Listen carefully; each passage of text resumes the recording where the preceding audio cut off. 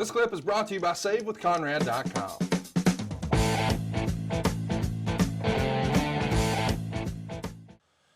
Well, we hope that you like Ahmed Johnson, because he's going to be our topic next week right here on Something to Wrestle. But before we get out of here, we've got a bunch of questions. There's no way we'll get to all of them. Let's do some rapid fire here. Bruce, are you ready?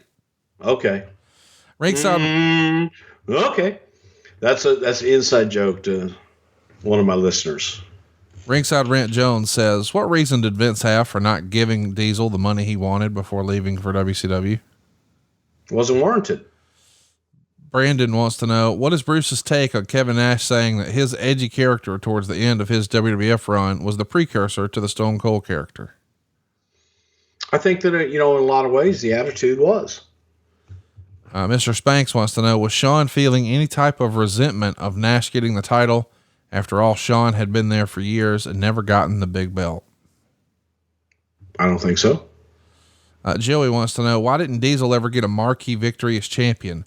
Sean was his biggest victory, but no one bought that it was Sean's time yet. He never beat Brett, Taker, or Lex on top. He beat Mabel. How much bigger do you want to get? In fairness, Mabel's though, bigger than all the motherfuckers probably put together. I know we make fun of, wins and losses don't matter, blah, blah, blah. I get that. But I do think it's interesting that you sometimes have said when you're talking about pushing Bret Hart, what would we do if it was Sean? Well, for Hulk, what would we do for Hulk? But yeah, Hulk beat everybody, but Nash didn't get to beat Bret, Taker, or Lex. Interesting. He beat Bret. When did he beat Bret? Oh, he beat Bret though. I think he's talking about it as a SummerSlam, WrestleMania type event. Anyway, Mike there's says, only so many SummerSlams and WrestleMania per year. Why didn't you put this guy over? You put that guy over. Why didn't you put the other guy over? Fucking it's subjective. What would you rather us talk about on these shows? Because you're irritated with everything today. I am irritated with everything today. Well, what should we have talked? Did I not warn you? Yes. I sent you a fucking warning. Did I not? You did, but then you started off in a good mood and it quickly went downhill. Did I? It was like, I mentioned Meltzer and it just changed your whole mood. Why are you so gotten to? It changes my mood because he's a liar. He makes shit up and he's regarded as the end all be all when if you dig down deep, and really we need to do that. I'll do the research on it and I'll fucking turn the tables on you. Hey, Conrad, isn't this what Meltzer said? But isn't this what actually happened? I want to do that show. Why though? But nobody cares. Oh, well, apparently they do since he's our goddamn expert. All right. Well, let me ask you then, Bruce, since you're taking issue with the idea that I use Meltzer for our research, who should I use? Because it's good because then I can get the real story out there. That's what I'm trying to do, but you're mad about it. No, I'm not mad about it. I just don't care for him. I don't care for his lack of intelligent reporting and the way that he frames things. All right, here's another one from Mike. Was it more challenging for you to have to deal with this collection of talent all seemingly together to dictate their direction, or was it welcome in the sense that you had more ambitious talent willing to aggressively offer ideas? Of course, Mike is referring to the Click there. I always love talent to have aggressive ideas and offer ideas. It's the talent to sit back and say, what have you got for me? Or I don't like that. Okay, well, what would you suggest? And they have nothing. I'd rather have guys bringing shit to us than not bringing shit to us every day of the week. Michael says, had Diesel been brought in a few years earlier, do you believe he would have made a good heel to be in a program with Hulk Hogan? If he'd been brought in during the Hogan heydays, absolutely, he would have been a great heel. And probably would have been a great babyface in that time too. It would have been tremendous to think of like Diesel there in 91, 92. That could have been cool.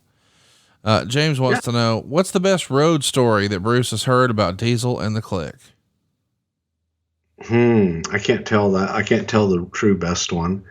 Why not? Oh, no, it's inappropriate. Okay. My God, you ask those kind of ones like, hey, what's the best rib? How many ribs? And you can't think of any. And then 20 minutes later, I'll think of, oh shit, I should have said that. So I don't really have one. All right, let's wrap this one up. We got one last question, and this is going to be one you got to think about before you immediately answer. Mr. Prichard, you once said that the fans were behind Diesel until quote unquote, they changed him. In your professional opinion, does that same logic apply to John Cena and Roman Reigns?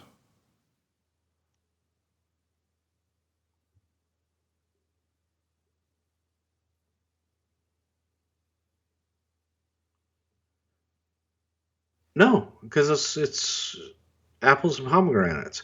What I mean by fans behind Diesel is the character is a heel.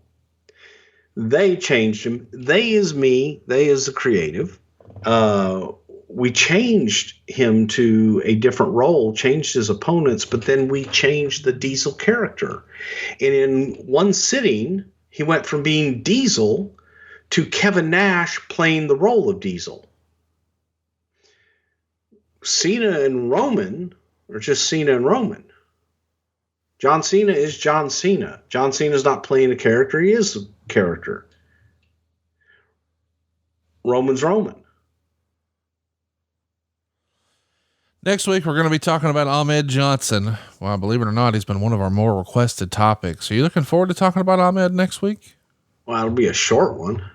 Why is that? Not a lot to talk about.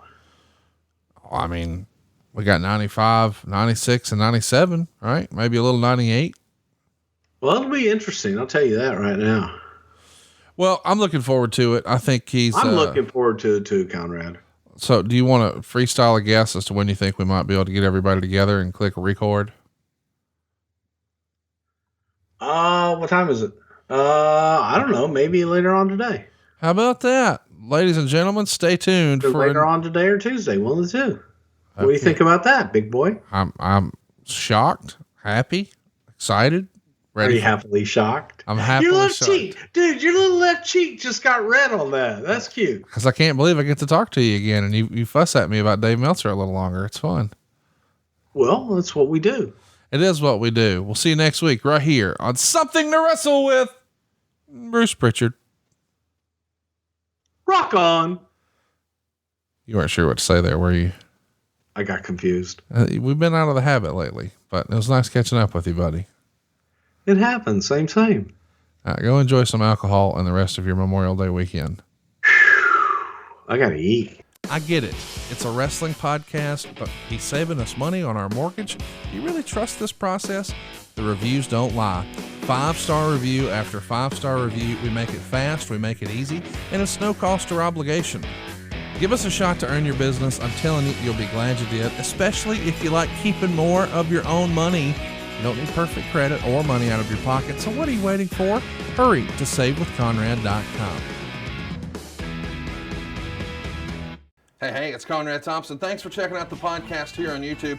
Be sure to hit the subscribe button and the notification